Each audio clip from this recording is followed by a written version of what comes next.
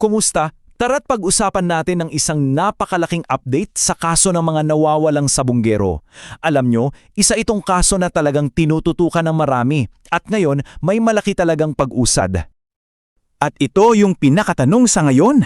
Bakit nga ba biglang ipinatawag ng Department of Justice o DOJ ang isang kilalang gambling tycoon at isang sikat na aktres? Yan ang aalamin natin. So, heto na yung pinaka-main event ika nga. Official nang naglabas ng supina ang DOJ. Nitong Setyembre 9 at 10 lang, sinimula na ng DOJ na iserve o ibigay yung mga supina sa mga taong sinasabing may koneksyon sa kaso. Tandaan natin, ang supina, isa yung legal na utos. Kailangan mong humarap para sa isang preliminary investigation. Siyempre, ang tanong dyan, sino-sino nga ba itong mga ipinapatawag? Sino ang mga pangunahing personalidad sa investigasyong ito? At alam nyo, hindi lang isa o dalawang tao ang pinag-uusapan natin dito.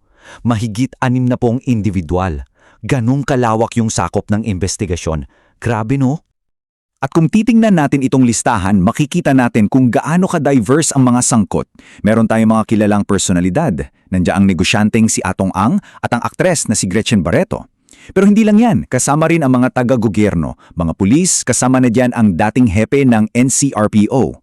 At syempre, nasa gitna ng lahat ng ito, yung whistleblower na si Dondon Patidonggan, pati na rin ang kapatid niya. Halo-halo, di ba? Okay, so ngayong alam na natin kung sino ang mga ipinatawag, alamin naman natin kung bakit. Ano ba yung mga aligasyon laban sa kanila? Gaano kabigat ang mga reklamo? Pero, teka muna, para malinaw sa lahat, ano nga ba itong preliminary investigation? Well, simple lang. Ito yung proseso kung saan tinitingnan ng mga piskal kung may sapat bang ebidensya, kung may probable cause ba, para masabing, okay, may basehan to, ituloy natin ang kaso sa korte. So ano yung mga reklamo? At ito, hindi ito biro. Pinag-uusapan natin dito ang multiple murder, kidnapping with serious illegal detention at iba pang mga kaugnay na reklamo. Napakaseryoso at napakabigat ng mga akusasyong ito. Alam nyo, hindi naman to basta na lang ang sumulpot. May mga pinagdaanan ang kaso bago tayo umabot sa puntong ito. Paano nga ba nagsimula ang lahat ng ito?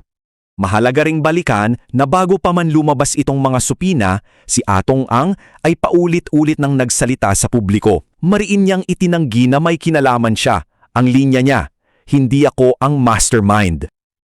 At para mas klaro pa, tingnan natin itong timeline. Noong July 3, si Atong Ang naman ang nagsampa ng kontrareklamo laban sa whistleblower. Pagdating ng August 29, naglabas na ang DOJ ng Immigration Lookout Bulletin Order para sa kanila. At yun na nga ang kasunod nitong September, yung mismong pag-issue na ng mga supina. Sunod-sunod ang mga pangyayari. Dahil dyan, syempre, ang tanong ng lahat, ano na ang susunod? Ano na ang mangyayari ngayon na opisyal na silang ipinatawag? Well, may petsa na. Ang unang preliminary hearing ay itinakda sa Huwebes, September 18. Ito yung araw na inaasahang magkaharap-harap na ang lahat ng panig sa mga piskal. Dito na formal na magsisimula ang investigation. So ngayong lahat sila ay uupo na sa iisang lamesa mula sa negosyante, sa aktres, sa mga pulis hanggang sa whistleblower. Ang malaking tanong, ano kaya ang lalabas sa investigasyong ito? Magkakaroon na kaya ng linaw ang matagal ng misteryo sa pagkawala ng mga sabunggero? Yan ang aabangan nating lahat.